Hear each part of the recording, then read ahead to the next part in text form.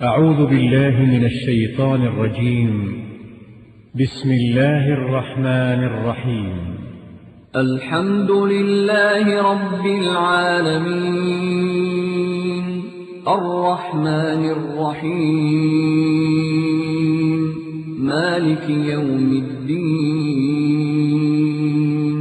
إياك نعبد وإياك نستعين اهدنا الصراط المستقيم صراط الذين أنعمت عليهم غير المغضوب عليهم ولا الضالين.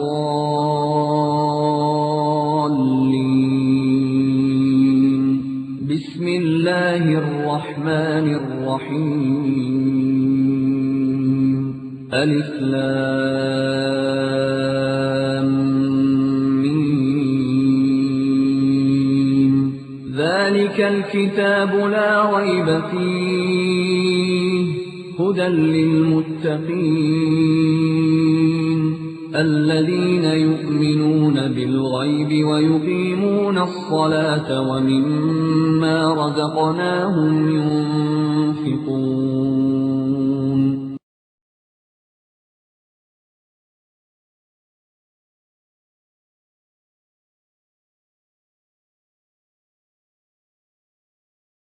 یہ ساری کائنات کے لیے رشد و ہدایت بنا کر کے بھیجے گئے.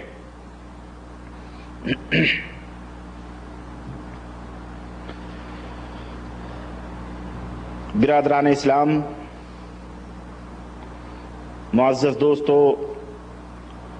بزرگوں اور بھائیوں، اللہ کی توفیق سے آج ہماری چوتھی مجلس کا آغاز ہو رہا ہے، اور آج بھی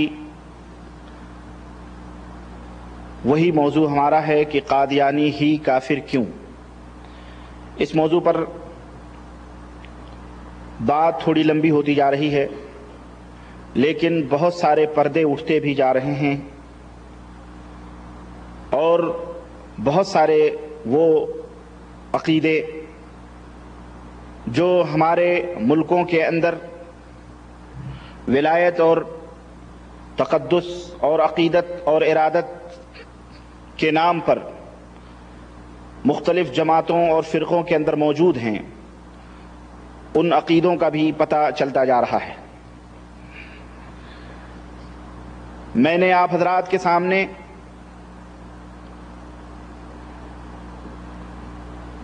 دنیائے صوفیت کے چوٹی کے صوفیہ، جنہیں ہمارے ملکوں کے بریلوی ہوں یا دیوبندی ہوں، شیخ اکبر محی الدین ابن عربی، صوفی منصور حلاج اور بہت سارے نام ہیں اس سلسلے میں، انہیں اپنا بہت بڑا شیخ اور بہت بڑا ولی اور بزرگ تصور کرتے ہیں. انکار ختم نبوت کے تعلق سے میں نے ان کے عقیدوں کو گزشتہ پروگرام میں آپ کے سامنے رکھا. فتوحات مکیہ اور الجواقیت والجواہر کے حوالے سے میں نے آپ حضرات کے سامنے یہ عقیدہ رکھا تھا کہ یہ لوگ کتنا گھٹیا اور کتنا کفرانہ عقیدہ ان کا ہے ابن عربی کا، اور اسی طرح سے عبد الوہاب شعرانی، جو دنیا بریلویت میں رضی اللہ تعالی عنہ اور نہ جانے کیا کیا سیدی عبد الوہاب کے نام سے جانے جاتے ہیں. میرے عزیز، وحدت الوجود کے تعلق سے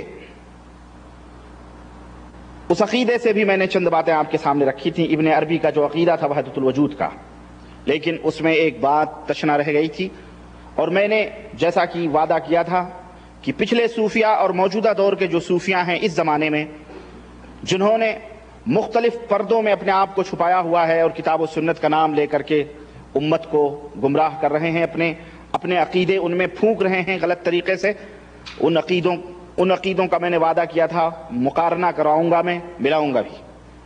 وحدت الوجود جو ابن عربی کا عقیدہ تھا، صوفی منصور حلاج کا عقیدہ تھا، جس کی بنیاد پر علماء اسلام نے، علماء اہل سنت والجماعت نے انہیں کفر کا فتویٰ دیا، اور حنفیوں کے سب سے بڑے امام سب سے بڑے امام ابو یوسف رحمت اللہ علیہ نے بغداد کے اندر صوفی منصور حلاج پر کفر کا فتویٰ لگا کر اور اسے قتل کرنے کا حکم دیا اور اسے قتل کروایا گیا.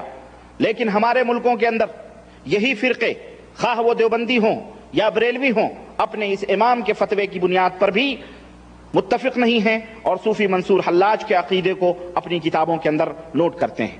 حاجی امداد اللہ مہاجر مکی، ان کی کتاب چاہے شمائم امدادیہ ہو یا اور بھی جو ان کی لکھی ہوئی کتابیں، ان کے اندر ان کے عقیدے موجود ہیں جو یہ کہتے ہیں کہ جو عابد اور معبود میں فرق کرے، عبادت کرنے والے اور عبادت کی گئی ذات میں جو فرق کرے وہ مشرک ہے. ان کا یہ عقیدہ ہے.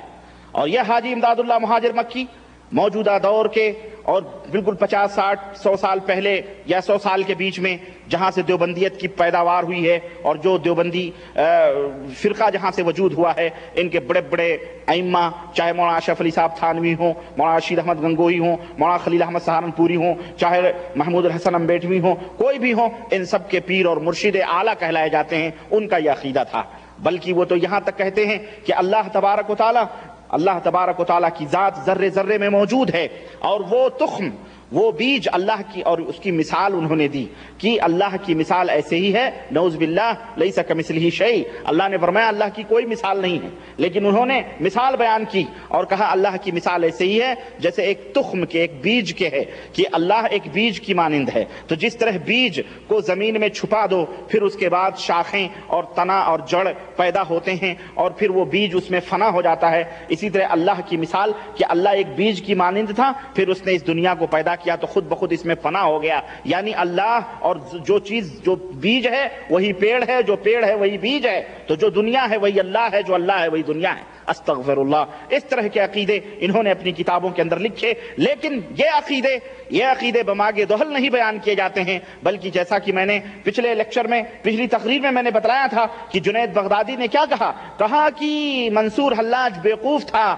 جس نے اپنے عقیدے کا اظہار کر دیا، ہم بچ گئے، ہم نے اس عقیدے کو، اس راز کو اسے فاش نہیں کرنا چاہیے تھا، اس راز کو فاش نہیں کرنا چاہیے تھا. اسی خطے اور اسی نمونے پہ چلتے ہوئے موجودہ دور یہ گمراہ پارٹیاں ہمارے ملکوں کے اندر لوگوں کو کتاب و سنت کا نام صرف لیتی ہیں، لیکن ان کے ایمان اور عقیدے اس کے مطابق نہیں ہیں. عمل تو خیر بعد کی بات ہے، پہلے ایمان اور عقیدہ جو بنیاد ہے وہ ہے. یہی وحدت الوجود کا عقیدہ.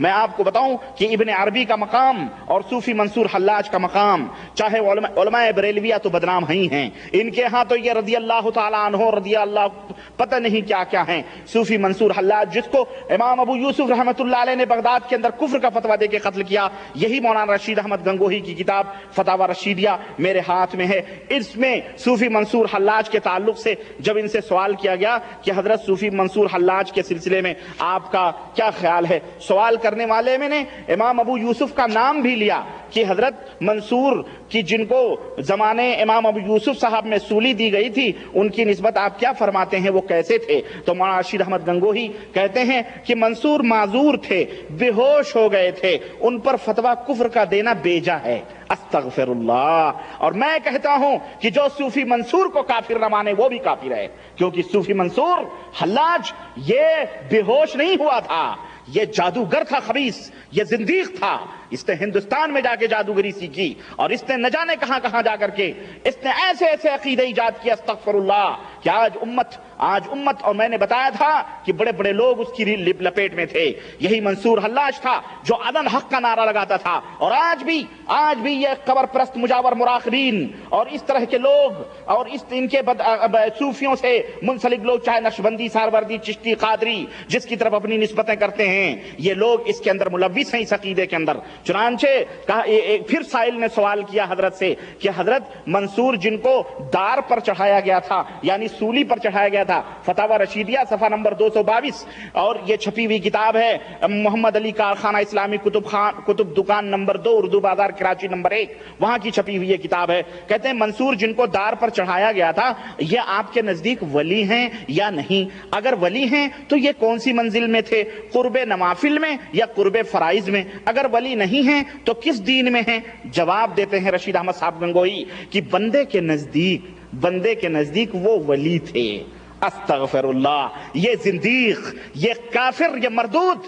اپنے آپ کو اللہ کا دعویٰ کرنے والا. اور میں نے پچھلے لیکچر میں مکمل طور پر میں نے بتایا بھی ہے، اور اس طرح سے صوفی اور شیطان، صوفی اور برہمن اور صوفیزم اور اسلام، جو میرے اس سے کئی مہینوں پہلے گزشتہ سال جو میرے لیکچرز ہوئے ہیں ان کی کیسٹیں موجود ہیں، ان کے اندر میں نے ان کی قلیاں کھولی ہیں کہ یہ صوفی کون تھے جنہوں نے جو ہے ہمارے ہندوستان اور دنیا کو اس طرح سے انہوں نے گمراہ کرنے کی کوشش کی. کہتے ہیں وہ ولی تھے، وہ ولی تھے. رشید احمد صاحب گنگوہی کے نزدیک یہ ولی تھے. اور یہی نہیں، سوال ہیں وحدت الوجود کے کافی مثال اور شواہد ہمارے پاس سعودی عربیہ کے اندر. چونکہ وہ کتابیں موجود نہیں ہیں، کاش اگر ہندوستان پاکستان میں ہوتے، پھر ان کتابوں کے پشتارے ہوتے، پھر ہم بیٹھ کے پڑھتے تو ایک دم کھلی کھلی باتیں آتی. لیکن یہ تو چھوٹی چھاٹی کتابیں کہاں سے بٹور کر کے لاتے ہیں. تو یہ چند کتابوں کا جب یہ حال ہے تو اگر ہمیں ذخیرے مل جائیں تو نہ جانے کیا کیا گھوٹالے ان کتابوں کے اندر موجود ہیں. اللہ کی قسم پڑھنے کی ضرورت ہے اور اس کو نوٹ کرنے کی ضرورت ہے. بس کچھ لوگ کہتے ہیں کہ جناب عالی صرف نقائص بیان کیے جاتے ہیں. نقائص اسی لیے بیان کیے جاتے ہیں تاکہ آج اس دور میں جو شرک و بدعت کی طوفان اور شرک و بدعت کے جو طوفان چل رہے ہیں اور توحید و سنت کے خلاف جو ہے جھکڑ چل رہے ہیں، ایسی حالت میں امت محمدیہ کے اہل حق علماء کا یہ فریضہ بنتا ہے کہ ان کا ڈٹ کر کے اس محاذ کے اوپر مقابلہ کیا جائے. کوئی نہیں نظر آتا ہے جو ان کی رد کرے، ان کا ڈٹ کے مقابلہ کرے اور ان کے فاسد عقیدوں کو بیان کرے. یہی وجہ ہے کہ چھوٹی موٹی جو کوششیں نظر آتی ہیں لوگ ان کو بدنام کر دیتے ہیں کہ یہ تشدد پسند ہیں، یہ سختی کرتے ہیں. میاں ہم سختی نہیں کرتے، ہم سختی ضرور کرتے ہیں تاکہ امت گمراہ نہ ہو، امت دلدل جو ہے گمراہیوں کے راستے پہ نہ جائے. اس لیے اہل حق علماء کا یہ فریضہ بنتا ہے کہ ڈٹ کر کے ایسے شرک اور کفر کے پردوں کو چاک کیا جائے اور لوگوں کے سامنے یہ بھیانک اور گندی شکلیں دکھائی جائیں تاکہ لوگ صحیح طور پر اللہ اور اس کے رسول کی کتابوں کے اوپر اور اللہ اور اس کے رسول کی تعلیمات کے اوپر عمل پیرا ہوں اور ان گورکھ دھندوں سے یہ نکلیں. تو میرے عزیز، میرے دوست، یہ تھے چند نمونے. یہ ابن عربی اور جو ہے وحدت الوجود کے تعلق سے جو باتیں میں آپ کو بتانا بھول گیا تھا اور یہ بتانا کہ اس طرح سے ان کے اندر، ان کتابوں کے اندر یہ باتیں موجود ہیں. میں نے یہ بھی عرض کیا تھا کہ یہی، اور آپ نے سنا بھی کہ ابن عربی، منصور حلاج اور یہ تمام یہ سب اور یہ عبد الوہاب شعرانی، ان کے حالات میں نے آپ کو بیان کیے کہ کس طرح سے یہ اس کافر اور زندیق تھے اور ان کے ماننے والے ہمارے ملک کے حنفی دیوبندی بریلوی یہ تمام سب ہیں. تو وہ اگر یہ عقیدہ رکھیں یہ اللہ کے سلسلے میں اور اس طرح سے، وہ تو کافر ہوں. اور یہ حضرات جو گلی گلی نگر نگر اپنے آپ کو موحد اور مسلمان کہتے ہوئے پھرتے ہیں، میں کیا کہوں یہ آپ خود فیصلہ کر لیں، مجھے کچھ کہنے کی ضرورت نہیں ہے. ورنہ سدھر جاؤ اور ان راستوں سے پلٹ کر اللہ اور اس کے رسول کی طرف آؤ، اور ورنہ یہ الفاظ اور یہ تحریر تمہیں دائرہ اسلام سے خارج کر رہی ہیں. تعصب نہ کرو. کوئی تمہاری قبر میں نہیں جائے گا، نہ قاسم نانوتوی جائیں گے، نہ احمد رضا خان جائیں گے، نہ اشرف علی تھانوی جائیں گے، نہ ان نعیم الدین مراد آبادی جائیں گے، نہ سہارنپوری جائیں گے، نہ بریلی جائیں گے. کوئی نہیں جائے گا، تم اپنی قبر میں جاؤ گے. لیکن نہیں، اس طرح سے بھی بیان کیے جاتے ہیں کہ قبر میں تو باقاعدے جناب علی شفاعتیں کریں گے، سب لوگ جائیں گے. استغفر اللہ. میں بتاؤں گا انشاءاللہ. تو میں آگے بڑھتے ہوئے یہ وحدت الوجود کے عقیدے جو ان میں تھے ان میں ہیں، تو میں وہی پوچھتا ہوں کہ اگر وہ صوفیہ تمہارے صوفیوں کے اندر جو اللہ کا دعویٰ کر رہے ہیں، جو اللہ میں ذرے ذرے میں اللہ کو تسلیم کر رہے ہیں، وہ اگر یہ مانیں تو سب سے بڑے ولی اللہ کہلائیں، اور قادیانی اللہ کو اللہ ہی مانتا ہے اور وہ بھی کچھ تھوڑا بہت اس عقیدے میں ہے، تو میں سمجھتا ہوں اسی کے اوپر نزلہ بر عضو ضعیف، اسی کمزور عضو کے اوپر تم نے کیوں کفر کا فتویٰ لگایا؟ ذرا اپنے گریبانوں میں اور اپنے بزرگوں اور ولیوں کے اندر بھی ذرا جھانک کے دیکھ لو کہ وہ گند جو قادیانی کے اندر لگی ہے تمہارے اندر بھی وہی گند لگی ہے. تو تم کون ہو؟ تم خود فیصلہ کر لو. پھر قادیانی ہی کافر کیوں؟ انکار ختم نبوت کے تعلق سے میں نے ابن عربی کی عبارتیں اور عبد الوہاب شعرانی کی عبارتیں آپ کی خدمت میں پیش کی تھی کہ کس طرح سے یہ لوگ جو ہے انکار کرتے ہیں ختم نبوت کا. تو یہی عبد الوہاب شعرانی اور یہی ابن عربی ان علماء دیوبند کا اور بریلویوں کا بڑا چہیتا امام اور سیدی اور رضی اللہ عنہ رحمت اللہ علیہ ہے. وہ نہ کافر بنے اور وہی مرزا غلام احمد قادیانی مرزا غلام احمد قادیانی اگر وہ نبی کو خاتم المرسلین بھی مانے، خاتم النبیین بھی مانے، صرف یہ کہیں کہ میں بھی ذلی بروزی نبی ہوں، تو وہ کافر. اور یہ حضرت یہ تمام سب عقیدہ گڑھنے والے، بیان کرنے والے، بنیاد ڈھالنے والے، اس نے صرف اپنی نام کی تختی لگا کے اعلان کر دیا تو یہ لوگ تو تمہارے سب سے بڑے ولی اللہ اور مرزا قادیانی ہی کافر. تو پھر وہی کیوں کافر بھائی؟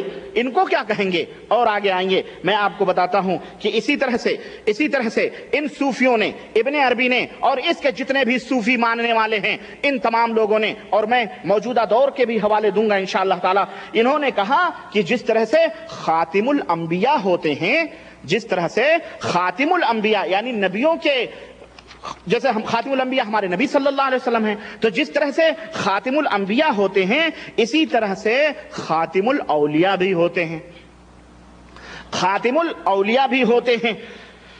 چنانچہ یہی ابن عربی، محی الدین ابن عربی، جو رضی اللہ عنہ من حنفی دیوبندی بریلویوں کے ہاں کہلایا جاتا ہے، جو ان کا شیخ اکبر ہے، وہ کہتا ہے ان للاولیاء خاتما کما ان للانبیاء خاتما. جس طرح انبیاء خاتم ہوتے ہیں، انبیاء کے لیے خاتم ہیں یعنی نبی صلی اللہ علیہ وسلم ہیں، اس طرح اولیاء کے لیے بھی خاتم ہیں. اور یعنی برابری کا دعویٰ ہو رہا ہے جناب علی، مثیل کا دعویٰ ہو رہا ہے. جس طرح نبی خاتم الانبیاء ہیں اسی طرح ہم بھی اولیاء میں، ہم میں بھی خاتم الاولیاء ہوتے ہیں. اور سنو، اور وضاحت کے ساتھ آگے یہی ابن عربی کیا کہتا ہے؟ کہتا ہے ان الرسالۃ والنبوۃ تنقطعان والولایۃ لا تنقطع ابدا فالمرسلون من قولهم اولیاء لا يريدون ما ذکرناه الا من مشکات خاتم الاولیاء. یہی کہتا ہے کہ یقیناً رسالت اور نبوت، اور یہ نبوت تشریعی نبوت، رسالت اور تشریعی نبوت، میں نے پچھلے لیکچر میں اس کی وضاحت کر دی ہے کہ تشریعی اور غیر تشریعی میں کیا فرق ہے. یعنی وہ نبی جو شریعت لے کے آتا ہے، سمجھ رہے ہیں؟ رسالت اور تشریعی نبوت یہ دونوں تو ختم ہو جاتے ہیں. رسالت اور تشریعی نبوت تنقطعان، منقطع ہو گئے، ختم ہو جاتے ہیں. یہ دونوں تو ختم ہو جاتے ہیں. رسالت اور تشریعی نبوت تنقطعان، منقطع ہو گئے، ختم ہو جاتے ہیں. والولایت لا تنقطع ابدا، لیکن جو ولایت ہوتی ہے یہ کبھی ختم نہیں ہوتی. تو جو ختم نہیں ہوتی وہ افضل ہوتا ہے، جو ختم ہو جاتی ہے وہ غیر افضل. گویا نبوت اور رسالت یہ افضل نہیں بلکہ ولایت سب سے زیادہ افضل ہے. بتاؤ یہ عقیدہ رکھنے والا مسلمان ہو سکتا ہے؟ ہاں بولو. یہ عقیدہ رکھنے والا کافر ہے. یہ عقیدہ رکھنے والا کافر ہے. جو یہ عقیدہ رکھے وہ کافر ہے کہ تشریع نبوت یہ تو ختم ہو جاتی ہے. اور اسی لیے کہتا ہے فالمرسلون من کونہم اولیاء لا يرون ما ذکرنا. کہتا ہے کہ جتنے بھی رسول آئے ہیں وہ سارے کے سارے اولیاء ہوتے ہیں. جتنے بھی رسول ہیں سارے کے سارے اولیاء ہوتے ہیں. وہ نبوت اور رسالت وہ بات کی چیز ہے. سارے کے سارے اولیاء ہوتے ہیں. اور یہ تمام سب جو کچھ دیکھتے ہیں الا من مشکات خاتم الاولیاء، خاتم الاولیاء کے چراغ سے، جو خاتم الاولیاء ہے اس کے چراغ سے یہ لوگ علم حاصل کرتے ہیں اور دیکھتے ہیں. استغفر اللہ. گویا نبی اور رسول یہ بھی محتاج ہیں کس کے جناب علی؟ خاتم الاولیاء کے محتاج ہیں. بڑے بڑے ہیر پیچ ہیں ان الفاظ میں. یہ تو میں چھانٹ کے آپ کے سامنے سمجھیے زبدہ لا رہا ہوں ان کی تفصیلات. اللہ اکبر، اگر دیکھیں تو آپ حیران اور ششدر رہ جائیں گے کہ یہ مسلمان تھے اور یہی وہ لوگ تھے جنہیں ہمارے ملکوں میں ہمیں الو بنانے کے لیے ان کے القاب گڑھے گئے. یہ سید المکاشفین ہیں، یہ سب سے بڑے ولی ہیں، کبریت احمر ہیں، اولیاء ہیں، یہ ہیں جنید ہیں، بغدادی ہیں، بستامی ہیں. اور سنو کہتے ہیں اب یہ بتاؤ کہ یہ ولی کو نبی پر فضیلت دینے والی بات ہے کہ نہیں ہے؟ اور یہ ہم مسلمانوں کا، ہم اہل سنت والجماعت اور کتاب و سنت کے حاملین کا یہ عقیدہ ہے کہ جو کسی ولی کو کسی نبی کے اوپر فوقیت دیتا ہے وہ دائرہ اسلام سے خارج ہو جاتا ہے. کیونکہ انبیاء اور اولیاء انبیاء اور رسول جو ہوتے ہیں وہ معصوم ہوتے ہیں. انبیاء اور رسول جو ہوتے ہیں وہ معصوم ہوتے ہیں، اس لیے ان کے اوپر فضیلت ہرگز نہیں دی جا سکتی ہے. اور اسی طرح سے میں آپ کو بتاؤں حنفی، دیوبندی اور بریلویوں کے امام شیخ اکبر محی الدین ابن عربی یہ تو مومن، یہ عقیدہ رکھ کر کے مومن اور ولی کہلائیں. اور میں پوچھنا چاہتا ہوں غلام احمد قادیانی پھر کافر کیوں رہے؟ پھر وہی کیوں کافر رہے؟ آگے آؤ، یہی ابن عربی ہیں، یہ کہتے ہیں ان الانبیاء یاخذون بواسطۃ الملک ان الانبیاء یاخذون بواسطۃ الملک والولی یاخذ عن اللہ بلا واسطہ. کہتا ہے کہ انبیاء جو ہیں وہ اللہ سے جو علم حاصل کرتے ہیں وہ فرشتے کے ذریعے سے حاصل کرتے ہیں. کس کے ذریعے سے؟ فرشتوں کے ذریعے سے حاصل کرتے ہیں. اور ولی جو ہوتا ہے وہ علم حاصل کرتا ہے بغیر کسی واسطے کے، اپنے رب سے ڈائریکٹ علم حاصل کرتا ہے. گویا اب نبی کو تو بیچارے کو واسطے کی ضرورت پڑے، اور اولیاء کرام اللہ سے بلا واسطہ یہ علم حاصل کرتے ہیں. چنانچہ اور یہ کون ہے؟ یہ کون ہے؟ یہی حنفی بریلوی دیوبندیوں کا امام ابن عربی ہے. تو مجھے بتاؤ پھر قادیانی ہی کافر کیوں؟ یہ ان کو کس زمرے میں رکھو گے؟ ان کو کس زمرے میں رکھو گے؟ ہاں یہی ہے جو امام ہے ان لوگوں کا. اور پھر یہ بایزید بستامی، یہ کون ہے بایزید بستامی؟ اب میں بڑی اونچی کی بات لا رہا ہوں جس کو لوگ نہ جانے کن کن ناموں سے یاد کرتے ہیں. یہ میرے ہاتھ میں کشف المحجوب ہے. کون سی کتاب ہے؟ کشف المحجوب. اور شہر آفاق تصنیف کا مکمل مستند اردو ترجمہ حضرت سید علی مخدوم حجویری داتا گنج حجویری کی یہ کتاب ہے، جس کے ترجمہ کرنے والے علامہ مفتی غلام معین الدین نعیمی رحمۃ اللہ علیہ، نوری بک ڈپو لاہور کی چھپی ہوئی. اور جناب عالی، اور یہ کون سے سن میں چھپی؟ سن 1978 کے اندر چھپی ہوئی یہ کتاب ہے. اور اس کے اندر داتا گنج حجویری کے مزار وغیرہ بھی بنائے گئے ہیں، اور مزار کے اوپر بڑے عجیب و غریب کتبے بھی موجود ہیں. یہ داتا گنج حجویری کے مزار وغیرہ بھی اس پہ بنائے گئے ہیں. اور ایک جگہ خواجہ معین الدین چشتی کا شعر بھی لکھا ہوا ہے. کیا لکھا ہوا ہے؟ لکھتے ہیں کہ دروازے پر خواجہ معین الدین چشتی چونکہ مراقب تھے نا، تو جب وہاں سے آئے اجمیر، اس قبر کے اوپر برسوں مراقب رہے. خواجہ معین الدین چشتی اجمیری، جن کو سلطان الہند غریب النواز کہا جاتا ہے، اولیاء ہیں نا، ان کو قبروں کے اوپر مراقبہ کرنا بہت ضروری ہے. اور انہی کے واقعے میں نے بتایا کہ خواجہ معین الدین چشتی مراقب تھے. زمانے گزر گئے، حجویری نے کوئی بات چیت نہ کی، تو اتفاق سے ایک طوائف آئی اور اس نے کہا بابا میرا آشنا یعنی میرا عاشق مجھ سے ملا دے. تو خواجہ اتنے میں اچانک اس کا آشنا آیا اور جو ہے کمر میں ہاتھ ڈال کر کے وہاں سے چلتا بنا. تو خواجہ معین الدین نے کہا کہ حضرت حجویری، میں تو برسوں سے آپ کی خبر پہ بیٹھا ہوں، آپ نے تو مجھے شرف کلام نہیں بخشا، شرف گفتگو سے نہیں عطا فرمایا. اور وہ ذات کی رنڈی طوائف آ کر کے اپنے آشنا کے بارے میں پوچھتی ہے، اور آپ نے اس سے اس کا مطلب دے دیا، اس کا مقصد جو تھا. تو قبر شریف سے آواز آئی کہ اس کا جو اعتماد ہمارے اوپر تھا اچھا تھا، اس لیے ہم نے اس کو دے دیا، اور تم سے ہمیں بڑی چاہت ہے، اس لیے یہیں بیٹھے رہو، مراقب رہو. تو اس وقت خواجہ غریب النواز نے یہ ایک شعر کہا تھا: گنج بخشے فیض عالم مظہر نور خدا، گنج بخشے فیض عالم مظہر نور خدا. نور خدا، خدا کے نور کے مظہر ہیں، اوتار ہیں یہ، ہے نا. یہ بھی خواجہ غریب النواز کا، سلطان الہند کا عقیدہ بھی پتہ چل رہا ہے اس شعر سے. ناقصارا پیر کامل کاملارا رہنما. یہ شعر آج بھی داتا گنج حجویری کے مزار کے اوپر جو شرک سے بھرا ہوا ہے، اجمیری خواجہ غریب نواز کا یہ شعر اس پہ لکھا ہوا ہے. تو یہ المہم، یہ چند تعارف تھے اس کتاب کے. اور اس کتاب کا ایک ترجمہ میرے پاس اور موجود ہے، کوئی طارق اختر نے ترجمہ کیا ہے. جب میں نے اس ترجمے کو اور اس ترجمے کو ملایا، اللہ کی قسم ایسی کاٹ چھانٹ کی ہوئی ہے، میں نے کہا استغفر اللہ، اس سے بہتر تو یہی کتاب ہے جس کے اندر تھوڑی تفصیل ہے. کاش مجھے فارسی میں اگر یہ کتاب مل جاتی تو ضرور میں پڑھتا اور ذرا عبارتوں کو ملا کے دیکھتا، کیونکہ ترجموں میں کافی گھوٹالے کرتے ہیں. جب پکڑے جاتے ہیں، جب ان کے زخموں کو کریدا جاتا ہے، تو آئندہ ایڈیشن میں اس کو کٹ کر دیا جاتا ہے، آئندہ یا حاشیے مار دیے جاتے ہیں، ڈرتے ہیں. تو یہ جناب عالی، یہ بایزید بستامی کون ہے؟ بایزید بستامی کا پہلے حلیہ میں آپ کے داتا گنج حجویری کے اس کتاب کے حوالے سے صفحہ نمبر 164 کے حوالے سے میں بتاؤں کہ ان کا عقیدہ حجویری کا بایزید بستامی کے بارے میں کیا ہے، اور اس کے بعد میں بایزید بستامی جو صوفیوں کے سردار ہیں ان کا قول میں آپ کے سامنے نقل کرتا ہوں. اور اس قول کی روشنی میں میں آپ سے انصاف چاہتا ہوں. لیکن انصاف ان سے کہاں ملے گا؟ یہ تو انصاف کے پر ہی کاٹ چکے ہیں، امن و شانتی کے پر کاٹ کر کے انہوں نے انصاف کو بالائے طاق رکھا ہے. یہ کہاں انصاف دیں گے؟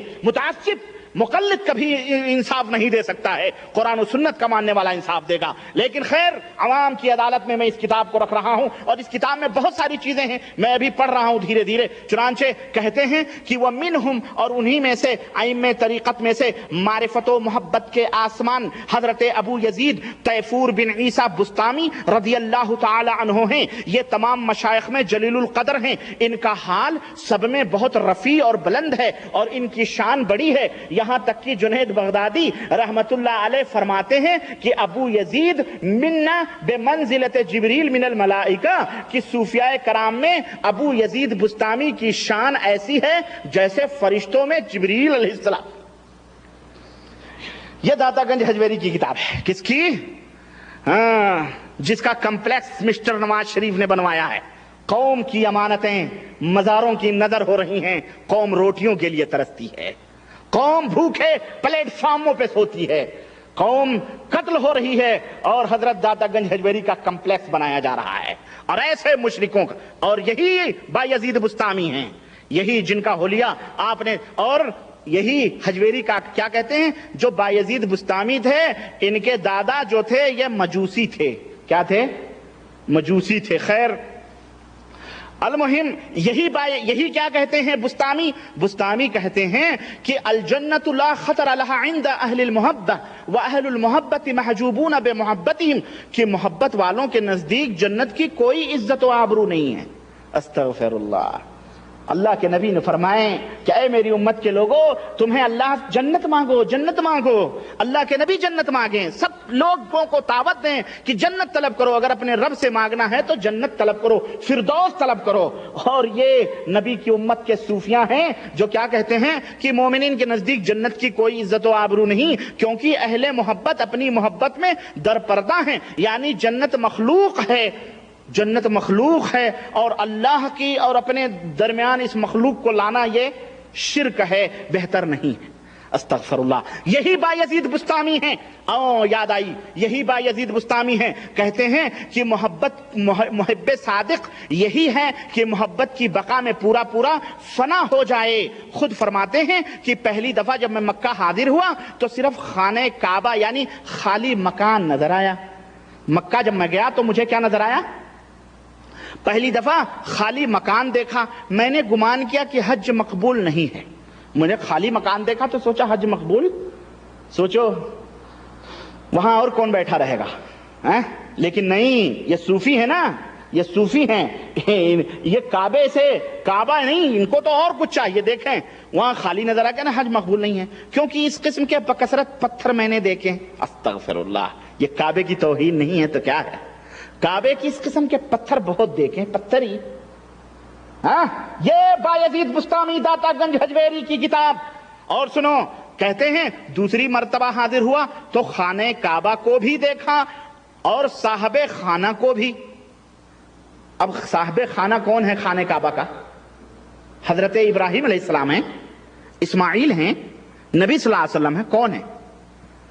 خانہ کعبہ کس کا ہے بھئی؟ بیت اللہ، اللہ کا گھر۔ تو خانہ کعبہ کو بھی دیکھا، پہلی دفعہ ان کو اینٹ اور پتھر نظر آئے، دوسری دفعہ خانہ کعبہ بھی نظر آیا، صاحب خانہ بھی نظر آیا۔ اچھا جناب علی، میں نے خیال کیا کہ ابھی حقیقت توحید سے دور ہوں۔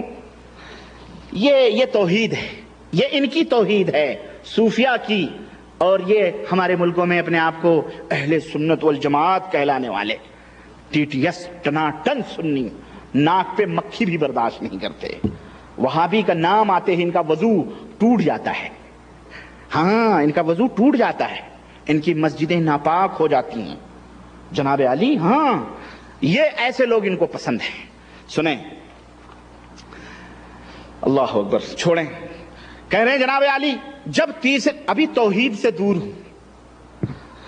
اچھا، اور جب تیسری مرتبہ حاضر ہوا تو سب صاحب خانہ ہی دیکھا، گھر نظر ہی نہیں آیا۔ اللہ کے نبی موحد نہیں تھے کیا؟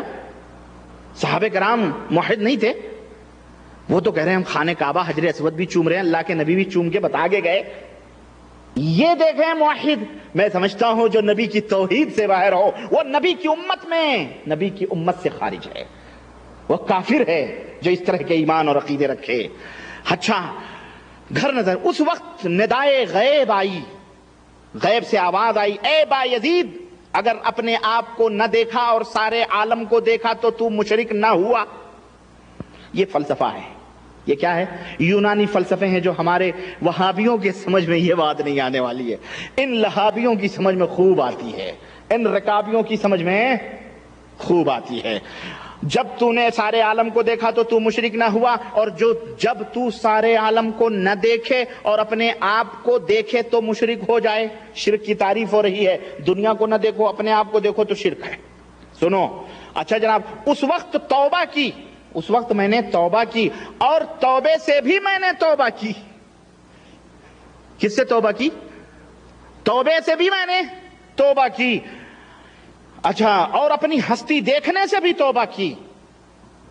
اب داتا گنج فرما رہے ہیں کہ ان کے حال کی درستگی میں یہ حکایت لطیف ہے اور صاحبان احوال کے لیے عمدہ نشانی ہے اس میں۔ المہم یہ بایزید بسطامی، انہی کے کتاب سے یہ میں نے حوالے دیے۔ اب ذرا بایزید بسطامی کا فرمان اور سن لیں آپ۔ یہی بایزید بسطامی ہیں یا کیا کہتے ہیں؟ کہتے ہیں کہ جناب علی اہل شریعت، علماء حق سے، کتاب و سنت کے حاملین سے بایزید بسطامی کہتے ہیں اخذتم علمکم میتا عن میت واخذنا علمنا عن الحی الذی لا یموت، الکواکب الدریہ للمناوی۔ کہتے ہیں کہ اے علماء اہل شریعت، تم لوگوں نے علم حاصل کیا ایک مردے کے واسطے سے، ایک مردے کے واسطے سے، مردے سے تم لوگوں نے علم حاصل کیا، لیکن ہم صوفیہ وہ ہیں کہ ہم نے علم حاصل کیا عن الحی الذی لا یموت، اس زندے سے جو کبھی مرنے والا نہیں ہے، یعنی ڈائریکٹ اللہ کے شاگرد ہیں۔ اور یہی بایزید بسطامی ہیں۔ ذرا میں پوچھنا چاہتا ہوں، کہتے ہیں خذنا بحرا ووقف الانبیاء بساحلہ، ہم صوفیہ سمندر محبت میں غوطہ زن ہو گئے، ہم نے سمندروں میں غوطے لگا دیے اور انبیاء کنارے کھڑے تماشے دیکھ رہے ہیں۔ وقف الانبیاء بساحل ہی، اور انبیاء سمندر کے کنارے ہی کھڑے رہ گئے اور ہم نے غوطہ لگا دیا۔ استغفر اللہ۔ ذرا بتاؤ تمہارے یہ اولیاء جن کو تم نے ولایت کا چاند سمجھا ہوا ہے، ولایت کے آسمان پہ ستارے اور نہ جانے کیا کیا تم بایزید بسطامی اور جو ہے جنید بغدادی اور شبلی اور نہ جانے کیا کیا تم کہتے ہو، یہ لوگ یہ عقیدہ رکھیں، انبیاء کی توہین کریں، رسالت کا انکار کریں اور انبیاء علیہم السلام کو اس طرح سے ذلیل کریں، یہ تو تمہارے سب سے بڑے ولی اللہ۔ اور میں انصاف چاہتا ہوں، قادیانی صرف اپنے آپ کو کہہ دے کہ میں ذلی اور بروزی نبی ہوں تو وہی کیوں کافر ہے؟ وہی کیوں کافر؟ پھر قادیانی ہی کیوں کافر؟ بات آ رہی ہے سمجھ میں؟ یہاں یہ نہ سمجھو کہ میں قادیانیت کی وکالت کر رہا ہوں، تمہاری جوتی تمہارے ہی سر پیٹ رہا ہوں میں۔ ہم بھی قادیانی کو کافر سمجھ رہے ہیں اور ان کو بھی کافر سمجھ رہے ہیں جو اس طرح کا عقیدہ رکھیں، تمہاری طرح نہیں کہ با مسلمان اللہ اللہ با مرحمن رحم رام، تمہارے مطلب کی آئے تو تم کہو ہاں اور تمہارے خلاف جائے تو تم کو نہیں۔ ہم کتاب و سنت کے پلڑے میں ان سب کو تولیں گے، کیونکہ یہ وہ دجال اور امت کے فریب کار لوگ ہیں جنہوں نے امت محمدیہ کے شیرازے کو منتشر کیا ہے اور جنہوں نے وحدت امت کو پارا پارا کیا ہے، ولایت کے نام پر، عقیدت کے نام پر، بیعت اور ارادت کے نام پر، شیخیت کے نام پر اور نہ جانے کن کن ناموں پر امت کو جو ہے قرآن و سنت سے دور کیا ہے اور اس طرح شریعت اسلامیہ کا تمسخر اور مذاق اڑایا ہے انہوں نے۔ چنانچہ جواہر المعانی جلد 2 صفحہ نمبر 63 کے اندر یہ چیز موجود ہے۔ اور ابن عربی کیا کہتا ہے؟ ابن عربی کہتا ہے علماء الرسوم، رسوم کس کو کہتے ہیں؟ رسم و رواج، یعنی نماز، روزے، حج، زکات، یہ رسم ہے۔ شریعت کے جو مسائل ہیں کیا ہیں؟ یہ رسم و رواج۔ ان کو کتنی ذلت کے ساتھ کہتا ہے علماء الرسوم، یعنی رسم و رواج کے علماء یاخذون خلفا عن سلف، وہ لوگ پچھلوں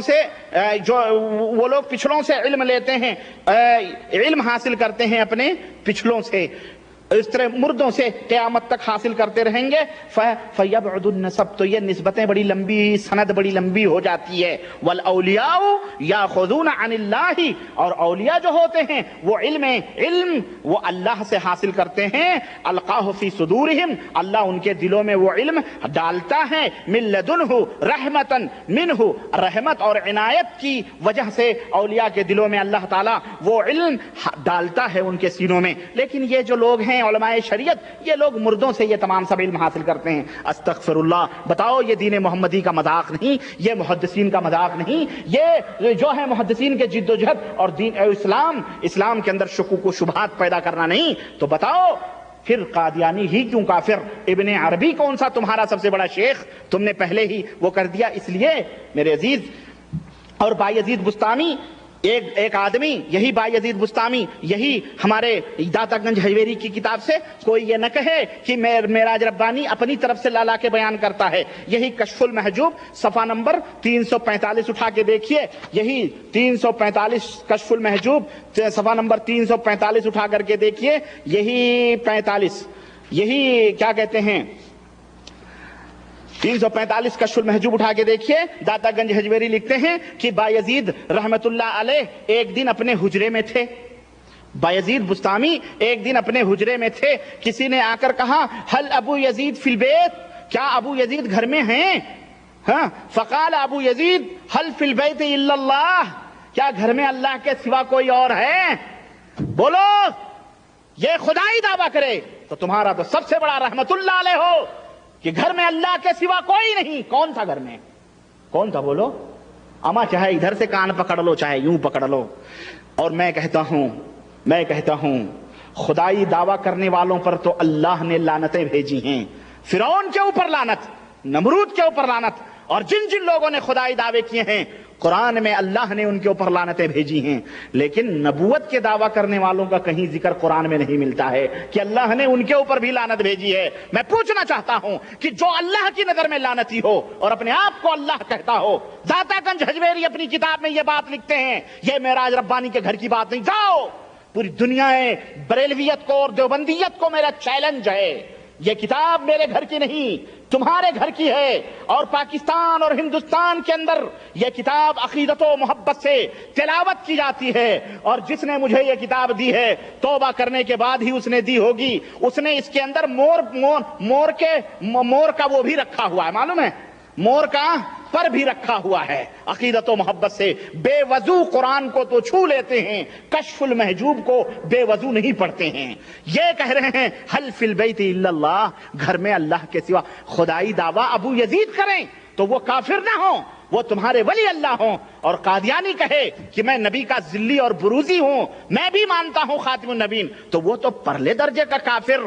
اور یہ لوگ کون ہیں یہ بتاؤ؟ یہ تمہارے سب سے بڑے ولی اللہ ہیں. اور ہم مسلمانوں کا, اہل سنت والجماعت, اہل حدیث کا یہ ایمان اور عقیدہ ہے کہ جو کسی کافر کو کافر نہ مانے اور ان عقیدوں پر کافر نہ مانے, جو خدائی دعویٰ کرے وہ بھی کافر ہے, اس کا بھی حشر اسی کے ساتھ ہوگا. بات آ رہی ہے سمجھ میں کہ نہیں آ رہی ہے؟ یہ حقیقتیں سامنے ہیں, ہم اپنی طرف سے کچھ نہیں کہہ رہے ہیں. اور آگے آئیے, ختم نبوت کے تعلق سے گفتگو چل رہی تھی ہماری, اور میں نے بتلایا تھا کہ حنفیوں اور دیوبندیوں اور بریلویوں کے مشائخ ابن عربی ہوں کہ یہ تمام سب ہوں, خدائی دعویٰ بھی کیے ہوئے ہیں, انکار ختم نبوت بھی کیا ہوا ہے. یہ سب ولی اللہ ہمارے ملکوں کے حنفی بریلی دیوبندیوں کی نظر میں ہیں, یہ سب ولی اللہ ہیں. بیچارہ قادیانی نزلہ بر عضو ضعیف, اس کمزور کو سمجھ لیا. اب چہیتے تھے نا یہ لوگ, اب ان کو کافر کہیں تو پورے عام گاؤں میں پھر تو نقشبندیت, سہروردیت, چادریت, چشتیت سب برباد ہو جائیں گے, پھر تو ہمارے حضرت سب کافر ہو جائیں گے. اس لیے اس کو چھپایا گیا. ارے قادیانی تو نے بورڈ کیوں لگایا؟ ہٹا, تو کافر ہے, تو نے بورڈ لگا دیا. اس نے بورڈ لگایا ہے, سائن بورڈ, معاملہ تمہارا ہی وہ کر کے گیا ہے جو عقیدے تم نے نہیں رکھ. اور میں تو سمجھتا ہوں یہ صوفیہ کے پیروں کے گرد تک بھی قادیانی نہیں پہنچا ہے, کیونکہ اللہ اکبر, کیونکہ قادیانی نے خدائی دعویٰ نہیں کیا. صوفیوں نے تو خود کو خدا کر بیٹھا, خود خدائی دعویٰ کر کے بیٹھے. قادیانی تو صرف رسالت اور نبوت ہی تک پہنچا ہے. ہاں, صوفی منصور حلاج سے کسی نے کہا کہ آپ نے پیغمبریت کا دعویٰ کر دیا, تو صوفی منصور حلاج نے کہا ظالم, تو نے مجھے اتنا حقیر سمجھا ہوا ہے. استغفر اللہ, تو نے مجھے اتنا حقیر سمجھا ہوا ہے, مجھے ابھی یہی تک سمجھا ہوا ہے تو, میں اس مقام سے بھی آگے ہوں. یہ لوگ کون ہیں؟ ولی کامل ہیں رشید احمد صاحب گنگوہی اور اور جناب علی داتا گنج حجویری اور خواجہ معین الدین چشتی اجمیری بہرائچی کلیری سبیری نقشبندی سہروردی قادری چشتی, سارے صوفیاء جن کی نسبتیں ہیں, یہ سب بڑے بھاری ولی اللہ. بھائیوں, آپ کی سمجھ میں گفتگو آ رہی ہے کہ نہیں آ رہی ہے؟ بولو, یہ پردے کبھی سنے تھے تم نے؟ کبھی یہ باتیں سنی تھیں؟ ہرگز نہیں سنی تھیں, اور یہاں سے نکلو گے تو سنو گے بھی نہیں, کیونکہ یہ باتیں جلدی کوئی نہیں بتاتا, اس لیے کہ ان کی روزی روٹی کے اوپر ضرب آئے گی. شکم پرور ملانوں نے اپنے سب کچھ چھپا کے رکھا ہوا ہے, لیکن میں امت محمدیہ کے علماء حق کو, نوجوانوں کو یہ دعوت دوں گا, تم اٹھو اور ان کی آنکھوں میں آنکھیں ملا کے بات کرو. اس کے لیے تمہاری جان چلی جائے, تمہیں لعنت کیے جائے, تمہیں ملامت کیے جائے, صبر کرو, لیکن ان شرکیہ اور باطل عقیدوں سے لوگوں کو روکو, کیونکہ یہ اپنے آپ کو کہتے ہیں ہم بڑی اکثریت میں ہیں, ہم سواد اعظم ہیں, ہم مقلدین احناف ہیں, ہمارے ہندوستان پاکستان بر صغیر میں ماننے والے زیادہ ہیں. میں پوچھتا ہوں, ٹھیک ہے, اللہ نے تو فرمایا ہے نا کہ جب تم کثرت میں ہوگے, اللہ کے جب محبوب بندے کثرت میں ہوں گے تو ان کا غلبہ ہوگا. اب بھائی اللہ سے جو کثیر تعداد میں ہوں گے تو انہی کی حکومت ہوگی, انہی کا غلبہ ہوگا, اللہ ان سے خوش ہوگا. ہیں, اللہ کے محبوب بندوں سے اللہ خوش ہوتا ہے, اللہ کے محبوب بندوں سے اللہ خوش ہوتا ہے, اور جب اللہ خوش ہوتا ہے تو اللہ نے کہا کہ ہم تمہیں حکومتیں دیں گے, ہم تمہیں امن و شانتی دیں گے, تمہاری حفاظت کریں گے, خون اور مال سب کی حفاظت کریں گے, کیونکہ تم ہمارے محبوب بندے ہو. اگر یہ کہتے ہیں کہ ہم اللہ کے بڑے بھاری محبوب ہیں کیونکہ ہم مقلد ہیں, غیر مقلد یہ بددین بد مذہب کافر وہابی اہل حدیث ہوتے ہیں یہ لوگ, تو میں کہتا ہوں ٹھیک ہے, چلو بھائی ہمیں کچھ بھی نام دے لو, تم ہمیں کافر کہہ لو, بد مذہب کہہ لو, کچھ بھی کہہ لو, لیکن تم اپنے آپ کو جب اللہ کا محبوب بندہ کہتے ہو تو ذرا ہمیں یہ بتلاؤ پیارو, تمہاری اکثریت بھی ہے, بڑے ناز کرتے ہو, تو جب تم اللہ کے اتنے محبوب بندے ہو تو پھر تمہارے ہی اوپر لعنتیں کیوں آ رہی ہیں؟ اللہ کی پھٹکار تمہارے اوپر کیوں پڑ رہی ہے؟ کیوں ذلیل ہو؟ یہ خود اس بات کی دلیل ہے کہ اللہ کے نزدیک تم محبوب نہیں ہو. اگر اللہ کے نزدیک محبوب ہوتے تو تمہاری حفاظت اللہ وحدہ لا شریک کرتا.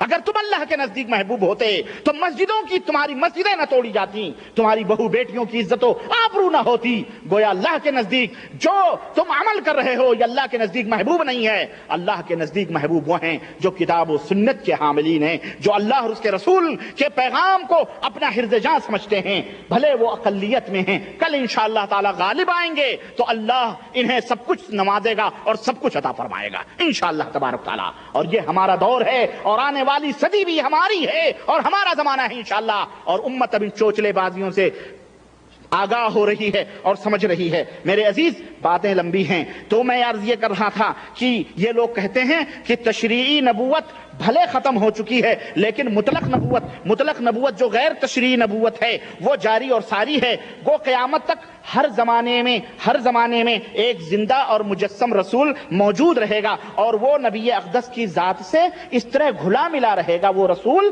ہر زمانے میں رسول موجود رہیں گے, اور وہ نبی رحمت صلی اللہ علیہ وسلم کی ذات سے اس طرح گھلے ملے رہیں گے کہ اس کا وجود اور نبی کا وجود ایک ہی وجود کہلایا جائے گا. گویا ان رسولوں پر جو ہر زمانے میں موجود رہیں گے ان کے اوپر ایمان لانا حقیقت میں نبی علیہ السلام کے اوپر ایمان لانا ہے, اور ان کا انکار کرنا حقیقت میں نبی علیہ السلام کا انکار کرنا ہے.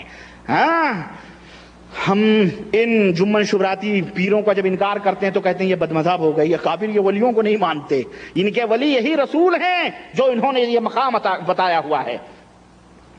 اور میرے عزیز, یہ مسئلہ غیر تشریعی نبی امتی کا, غیر تشریعی نبی اور امتی کا, اور یہ موجود ہوگا یا نہیں, یعنی تشریعی نبی کا سلسلہ ختم ہو گیا, مطلق نبوت باقی رہے گی, یہ عقیدہ صرف اس دور کے صوفیوں ہی کا نہیں بلکہ اس دور 15ویں صدی کے صوفیوں کا بھی یہی عقیدہ میں بتاؤں. اور حنفی, دیوبندی, بریلویوں کے جو امام ہیں اس سلسلے میں کیا عقیدہ رکھتے ہیں وہ بھی میں آپ کے سامنے بتلاؤں. چنانچہ دیوبندی اور بریلوی اور رضا خانیوں کے سب سے بڑے امام 15ویں یعنی اس صدی کے 11ویں صدی کے امام ہیں. یہ 11ویں صدی کے امام علامہ علی بن سلطان محمد المعروف بملا علی قاری, ملا علی قاری کے نام سے جنہیں جانا جاتا ہے, جو سن 1014 ہجری کے اندر جن کا انتقال ہوا، وہ فرماتے ہیں کہ فلا يناقض قوله تعالی خاتم النبیین اذ المعنى انه لا یاتی نبی ینسخ ملته ولم یکن من امته، یعنی نبی کریم صلی اللہ علیہ وسلم نے جو اپنے حدیث میں یہ بیان فرمایا ہے کہ لو عاش ابراہیم لکان نبیا، کہ اگر ابراہیم زندہ ہوتے تو وہ نبی ہوتے، حالانکہ یہ حدیث ضعیف بھی ہے، علماء نے اس کو ضعیف قرار دیا محدثین نے، لیکن وہ اس حدیث کی تشریح میں علامہ ملا علی قاری جو بہت بڑے امام مانے جاتے ہیں حنفیوں کے، وہ لکھتے ہیں کہ اللہ تعالیٰ کے قول، یہ نبی کا فرمانا اللہ تعالیٰ کے قول خاتم النبیین کے منافی نہیں ہے۔ کیوں؟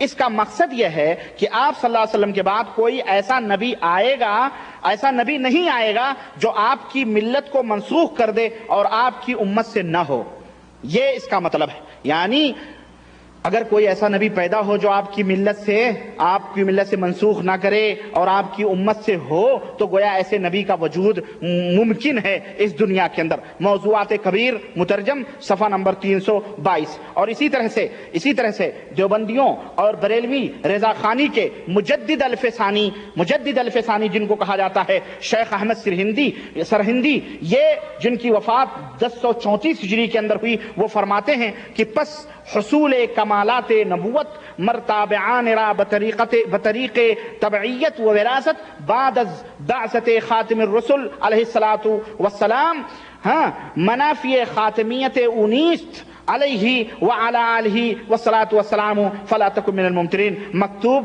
نمبر 301 اور دفتر اول حصہ پنجم کہتے ہیں۔ اور اس کا ترجمہ بھی بریلوی مولوی محمد سعید نقشبندی یوں لکھتے ہیں کہ تو خاتم المرسلین، یعنی شیخ احمد سرہندی کہتے ہیں کہ خاتم المرسلین وعلی جمیع الانبیاء علیہ الصلاۃ والسلام کی بعثت کے بعد، خاتم النبیین کی بعثت کے بعد بطریق وراثت و تبعیت آپ کے پیروکاروں کو کمال نبوت کا حصول، نبوت کے کمال کا حاصل کرنا آپ کی خاتمیت کے منافی نہیں ہے۔ یعنی کوئی آدمی اگر عمل کر کے نبوت کے درجے کو حاصل کر لے تو یہ نبی کے خاتم ہونے میں یہ منافی نہیں ہے، کوئی فرق نہیں پڑتا ہے، لہذا شک کرنے والوں میں نہ ہو۔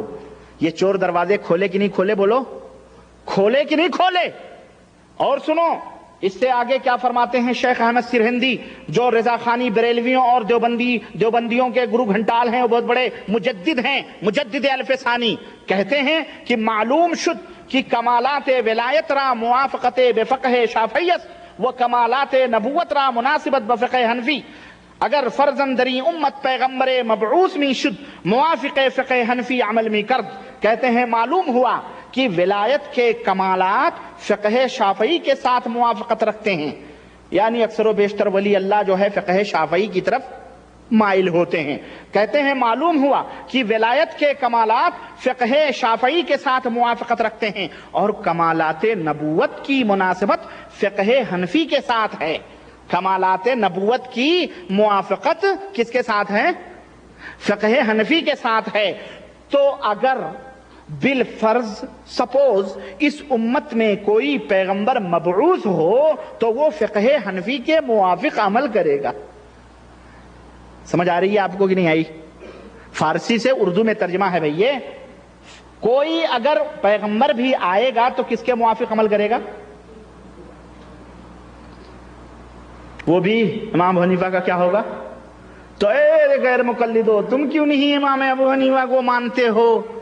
جب انبیاء آئیں تو فقہ حنفی مانیں، تم کون سے پدی کے شوربے؟ تم اسی لیے بد مذہب ہو، کافر ہو، بے دین ہو، تمہارا کوئی پیر نہیں، اس لیے تمہارا پیر شیطان ہے۔ یہی کہا جاتا ہے نا، مر گیا مردود، نہ فاتحہ نہ درود، ان کا کچھ بھی نہیں، یہی کہا جاتا ہے۔ یہ کون ہے معلوم ہے؟ مجدد الفسانی، 1034 کے اندر ان کی وفات ہوئی، 11ویں صدی کے مجدد ہیں بھائی، ان کا قول ہے یہ۔ اب بتاؤ، یہ ہمیں بتاؤ کہ مطلب یہ ہے کہ موجود ہے گنجائش۔ ارے میاں اگر یہ کوئی کہے کہ اس پہاڑ کے اوپر چڑھنا بڑے بڑے ہمت والوں کا کام ہے، کوئی چڑھ نہیں سکتا، بلکہ بڑے بڑے ہمت والوں کا کام ہے۔ ایک آدمی نے کہا، مثال کے طور پہ عابد بھائی نے کہا کہ جناب اس چھت کے اوپر، اس پہاڑ کے اوپر چڑھنا بہت مشکل ہے، لیکن یہ ہے کہ ہمت والے، بڑے بڑے ہمت والے ہی چڑھ جائیں۔ اسلام بھائی نے کہا کہ میں تو چڑھایا ہوں، میں چڑھ کے آیا ہوں۔ تو یہ بتاؤ کہ عابد بھائی کے باتوں میں اور اسلام بھائی کی باتوں میں کوئی اختلاف ہے؟ کوئی اختلاف نہیں، بلکہ اسلام صاحب خود عابد صاحب کی بات کی تائید کر رہے ہیں کہ ہم اتنے ہمت والے ہیں کہ ہم چڑھ گئے۔ تو پھر عابد بھائی کو برا کیوں کہہ رہے ہو بھائی؟ صرف انہی کو برا کیوں کہہ رہے ہو؟ اسلام بھائی جو اس بات کی تائید کر رہے ہیں وہ بھی تو مجرم ہوئے۔ بولو، نہیں سمجھ آئی؟ بزرگان دین فرما رہے ہیں، اب میں مثال میں ہی میں بزرگان دین فرما رہے ہیں کہ اگر کوئی پیغمبر آئے تو وہ بھی فقہ حنفی کے موافق ہوگا، ہے نا؟ قادیانی نے کہا میں آ گیا۔ قادیانی نے کیا کہا؟ میں آ گیا۔ تو بتاؤ صرف قادیانی ہی کافر ہوگا؟ یہ حضرت چاویہ جنہوں نے یہ دروازہ کھولا تھا، بولو سمجھ نہیں آئی؟ بات تو ایک ہی ہے نا، سمجھ آئی بات؟ ایک مولانا قمر الدین صاحب سمجھ آ رہی ہے بات تو وہی ہے نا۔ ہاں اگر یہ کہا جاتا کہ اس پہاڑ کے اوپر چڑھنا بڑے بڑے ہمت والے بھی نہیں چڑھ سکتے اور کوئی نہیں چڑھ سکتا، اور اس کے بعد اگر اسلام صاحب یہ کہتے میں چڑھ کے آیا ہوں تو انہیں غلط تم کہہ سکتے تھے، تو جھوٹ بول رہا، تو کذاب ہے کہہ سکتے تھے، اور عابد صاحب کو یہ کہہ سکتے تھے یہ سچے ہیں، ہے کہ نہیں؟ لیکن یہاں تو یہ کہا جا رہا ہے کہ اس پہاڑ کے اوپر چڑھنا بڑے بڑے ہمت اور عزم اور حوصلے والوں کا کام ہے اور کوئی نہیں چڑھ سکتا ہے۔ اسلام صاحب چڑھ کے آ گئے تو پھر جس طرح وہ کہنے والا ظالم ہوا ہے، اس طرح اسلام صاحب بھی نعوذ باللہ ظالم ہوئے۔ تو جب قادیانیت کے تم نے کہا کہ نبی اگر پیدا ہوا تو فقہ حنفی کے موافق ہوگا، ابھی میں بتاتا ہوں، ابھی میں قادیانی کی کچھ باتیں آپ کو بتاتا ہوں، سنو۔ اچھا اور آگے سنو۔ یہی سرہندی صاحب ہیں مجدد حنفی اور بریلوی اور دیوبندیوں کے بڑے بھاری مجدد، اپنی کتاب کے اندر فرماتے ہیں یعنی وہ علم جو انبیاء علیہ السلام سے باقی رہا دو قسم کا ہے، ایک علم احکام ہے اور دوسرا علم اسرار ہے، اور عالم وارث وہ شخص ہے جس کو ان دونوں علموں سے حصہ حاصل ہوا ہو، علم اسرار بھی اور علم احکام بھی۔ ایسے علماء کے متعلق حضرت صلی اللہ علیہ وسلم فرماتے ہیں کہ علماء امتی کا انبیاء بنی اسرائیل، کہ میری امت کے علماء بنی اسرائیل کے نبیوں کی طرح ہیں۔ اب یہاں انبیاء کے مثیل، انبیاء کے مثال، انبیاء کی طرح آئے نا، مثیل انبیاء، وہاں اچھا بھی نتیجہ میں نکالتا ہوں۔ اور یہی روایت شیخ ابن عربی نے بھی فتوحات مکیہ کے اندر نقل کی ہے، اور یہی بات کہی ہے کہ ہم نبی کی امت کے جو انبیاء ہیں، علماء ہیں، وہ کیا ہوں گے؟ وہ بنی اسرائیل کے نبیوں کی مانند ہوں گے۔ اور اسی طرح سے میرے بھائی یہی شیخ احمد سرہندی مکتوب نمبر 24 دفتر اول حصہ چہارم میں فرماتے ہیں کہ جاننا چاہیے کہ شیخ بننے یعنی پیر بننے اور حق کی طرف مخلوق کو دعوت کرنے کا مقام بہت ہی بلند ہے۔ آپ نے سنا ہوگا کہ الشیخ فی قومہ کالنبی فی امتہ، کہ پیر یعنی شیخ اپنی قوم میں ایسے ہی ہے جیسے نبی اپنی امت میں ہے۔ پیر لوگ جو ہیں، اب یہ بتاؤ مسیلے انبیاء بننے کے دعوے ہیں کہ نہیں ہیں؟ یہ نبیوں کے ہمسر بننے کا شوشہ پیدا کیا گیا کہ نہیں کیا گیا؟ شیخ اسماعیل شہید دہلوی نے اپنی کتاب تقویۃ الایمان میں لکھ دیا، کیا لکھ دیا کہ جناب علی انبیاء علیہم السلام ایسے مثال ان کی ہے جیسے کہ قوم کا سردار ہوتا ہے، قوم کا چودھری ہوتا ہے، قوم کا بڑا ہوتا ہے، اس کے تحت سب ہوتے ہیں، اسی طرح سے نبی انبیاء علیہم السلام بھی ہوتے ہیں۔ تو ان کے اوپر تو تمام دنیائے بریلویت نے کفر کا گولا داغ دیا، اور دارالفتاء رضا خانیوں کا بریلوی کا کھل گیا اور کہا گیا اسماعیل دہلوی کافر جو نبیوں کو اس طرح کہہ رہا ہے۔ اور تمہارے مجدد الف ثانی کیا کہہ رہے ہیں کہ نبی تو نبی، پیر ایسے قوم میں ہوتا ہے جیسے کہ نبی اپنی امت میں ہوتا ہے۔ یہ بتاؤ پیر اور نبی برابر ہو سکتے ہیں؟ بولو یہ کیا ہیں؟ پھر قادیانی ہی کیوں کافر ہے؟ تم کیا کہتے ہو اپنے ان پیروں کے بارے میں؟ تم خود اپنے گریبانوں میں اپنے گریبانوں میں منہ ڈال کر کے دیکھو۔ اسی طرح سے دیوبندیوں کے مشہور علامہ عصر اور فہام دہر اور حجت الاسلام مولانا محمد قاسم صاحب نانوتوی، مولانا محمد قاسم صاحب نانوتوی ان کا نام آتا ہے تو مجھے مولانا اشرف علی صاحب تھانوی کی وہ ارواح ثلاثہ کا وہ واقعہ دیوبندی مولویوں کا لکھا ہے نا، جو قبر کھود کر کے آگے دکھا کر کے گئے اور پٹا اٹا کے گئے، وہ یاد آتے ہیں۔ وہ اپنی کتاب تحذیر الناس صفحہ نمبر 34 کے اندر لکھتے ہیں کہ اگر بالفرض بعد زمانہ نبوی، نبی صلی اللہ علیہ وسلم کے زمانے کے بعد سپوز اگر مان لیا جائے کہ کوئی نبی پیدا ہو تو بھی خاتمیت محمدی میں کچھ فرق نہیں آئے گا، یہ مولانا قاسم نانوتوی کا کہنا ہے۔ اچھا، اسی طرح سے جو ابھی اس میں بھی وہی چور دروازے کھولے گئے ہیں۔ اسی طرح سے دیوبندیوں کے مشہور استاذ الاساتذہ الحاج عبدالاحد صاحب رئیس المتکلمین اور استاذ حدیث دارالعلوم دیوبند یہ لکھتے ہیں کہ قولہ علی نبیہ نبی بالحمزۃ علی وزن فعیل نبع سے مشتق ہے، اللہ سبحانہ تعالی کی طرف سے بندوں تک خبر پہنچانے والا نبی اور رسول میں عموم خصوص کی نسبت ہے۔ ہر رسول نبی ہے اور یہ ضروری نہیں کہ ہر نبی رسول ہو، اس لیے کہ رسول اس کو کہتے ہیں جو مخلوق کی طرف جبریل کے بھیجنے سے، جبریل جس کی طرف کھلم کھلا آئے ہوں، بارسال جبریل عیاناً بھیجا گیا ہو۔ اور نبی کی نبوت کے لیے یہ رسول کا ہے جس کے پاس جبریل آئے ہوں، لیکن نبی کی نبوت کے لیے جبریل کا آنا ضروری نہیں، بلکہ نبوت بطریق الہام یا منام بھی ہو سکتی ہے، دل میں القاء کر کے یا خوابوں کے ذریعے بھی نبوت مل سکتی ہے۔ اسی لیے حضور نے فرمایا علماء امتی کا انبیاء بنی اسرائیل، یعنی میری امت کے علماء بنی اسرائیل کے انبیاء کے مثل ہوں گے۔ اور سنیں، اللہ اکبر۔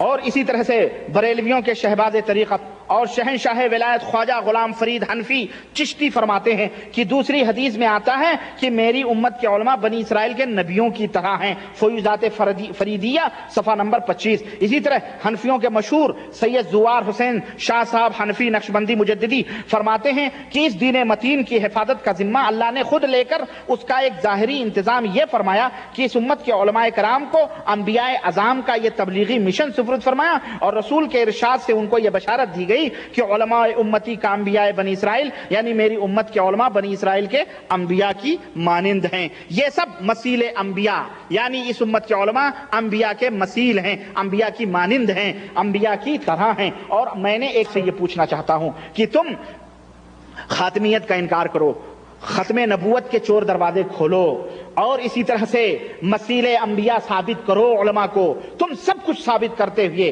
یہ بتلاؤ تم سب سے بڑے موحد اور قادیانی اگر اپنے آپ کو کہتا ہے کہ میں ذلی اور بروزی نبی ہوں تو وہ کافر کیوں؟ اب آئیے ان تمام سب حوالوں کے سامنے قادیانی کی چند باتیں آپ کے سامنے رکھ کر کے میں بات کو ختم کرتا ہوں۔ قادیانی کیا کہتا ہے؟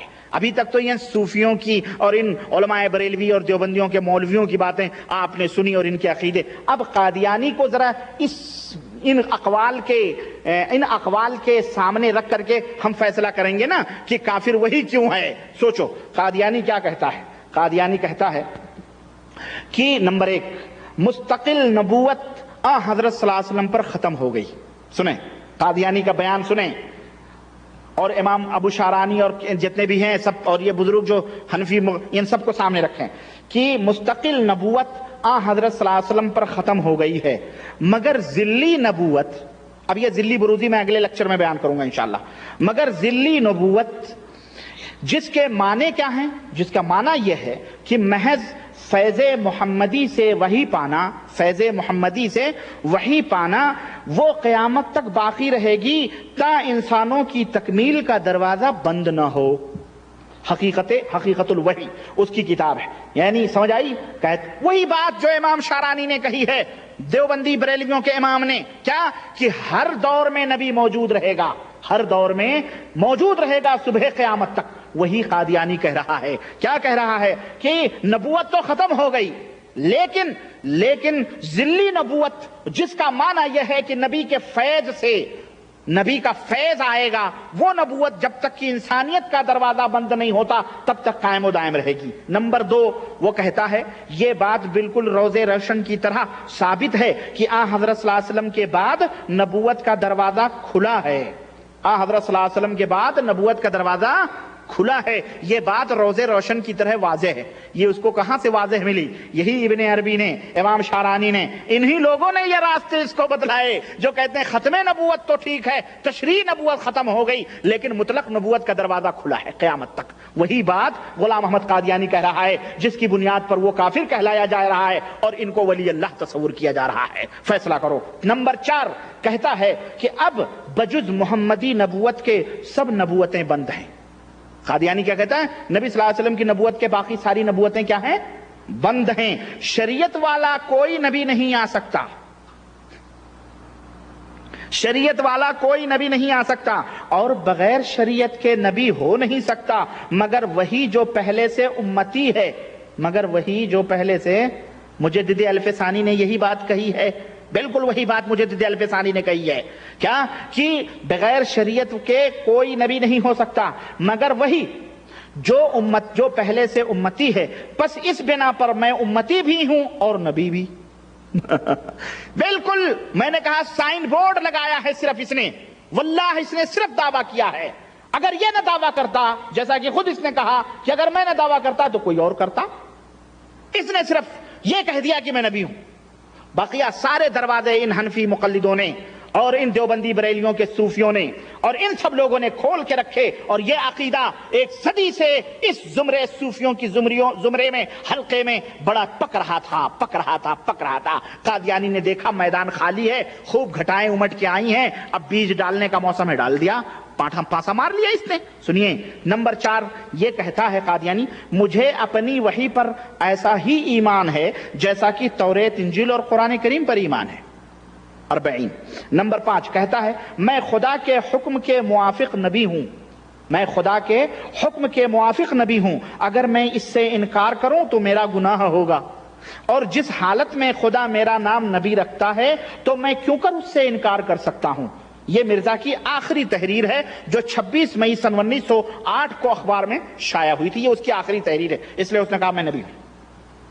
نمبر 6 جس جگہ کہتا ہے مرزا کہ جس جگہ میں نے نبوت سے انکار کیا ہے صرف اس معنوں میں کیا ہے، سنو، اس کے اوپر کہتے ہیں نا کہ اس نے ختم نبوت کا انکار کیا ہے، وہ اپنی وضاحت کر رہا ہے قادیانی کہ جس جگہ میں نے نبوت کا انکار کیا ہے وہ اس معنی میں کیا ہے کہ میں مستقل طور پر کوئی شریعت لانے والا نبی نہیں ہوں، میں مستقل طور پر کوئی شریعت لانے والا نبی نہیں ہوں، اور نہ شریعت والا نہیں ہوں اور نہ میں مستقل طور پر نبی ہوں، مگر ان معنوں سے کہ اپنے رسول مقتدی سے باطنی فیوز حاصل کر کے اور اپنے لیے اس کا نام پا کر اس کے واسطے سے خدا کی طرف سے علم غیب پایا ہے۔ واللہ یہ ساری باتیں صوفیوں کے عقیدوں میں موجود ہیں، قسم باللہ، اور میں انشاءاللہ بتاؤں گا، یہ سب تفصیلات آگے آئیں گی۔ علم غیب پایا ہے، رسول اور نبی ہوں مگر بغیر کسی نئی شریعت کے۔ کہتا میں رسول ہوں، میں نبی ہوں، لیکن میں کوئی نئی شریعت نہیں لایا، میں امتی ہوں، بغیر کسی نئی شریعت کے۔ اس طور کا نبی کہلانے سے میں نے کبھی انکار نہیں کیا ہے، اس طور کا نبی کہلانے سے میں نے کبھی انکار نہیں کیا ہے۔ میرا بھی عقیدہ ہے کہ نبی خاتم ہیں، اب ان کے بعد نبوت نہیں آ سکتی، لیکن میں چونکہ فیض محمدی سے نبی بناؤں اس لیے میں اس طرح سے انکار نہیں کیا، یہ غلطی کا ازالہ۔ اسی طرح سے نمبر 7 یہ قادیانی کہتا ہے کہ انہوں نے یعنی مسلمانوں نے انہوں نے یہ سمجھ لیا ہے کہ اللہ کے خزانے ختم ہو گئے، ان کا یہ سمجھنا اللہ تعالیٰ کی قدر کو ہی نہیں سمجھنا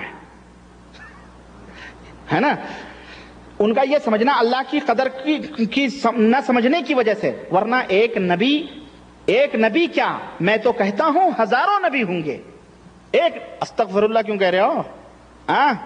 امام شارانی کہیں تو استغفر اللہ آپ کی زبان سے نہ نکلے، ابن عربی کہیں، جس کو شیخ اکبر علماء دیوبند اور علماء بریلی کہیں، اس کے اوپر تو استغفر اللہ نہ نکلے، ابو یزید بستامی کہیں کہ اس گھر میں اللہ ہی ہے اور کوئی نہیں ہے تو استغفر اللہ نکلے، قادیانی کہے تو پھر وہی کافر کیوں؟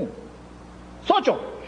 اسی طرح سے میرے عزیز قادیانی مکتب فکر کے ان تمام باتوں کو اگر ان کے اوپر غور کریں تو ہمیں معلوم ہوگا کہ ابن عربی اور عبدالوہاب شارانی کی اقوال کی صدائے بازگشت ان کے قادیانی کے ان بیانات میں جو ہے گونج رہی ہے، اور اس کے استاذ ابن عربی اور امام شارانی ہی ہیں۔ اچھا، پھر یہ کہتا ہے، اور چنانچہ ہزاروں نبیوں کے آنے کا عقیدہ تو انہوں نے بھی تسلیم کیا ہے۔ پھر یہ کیا کہہ رہا ہے قادیانی؟ کہتا ہے کہ مجھ پر اور میری جماعت پر جو یہ الزام لگایا جاتا ہے کہ ہم رسول اللہ صلی اللہ علیہ وسلم کو خاتم النبیین نہیں مانتے، ہم پر یہ جھوٹی تہمت ہے، افتراء عظیم ہے۔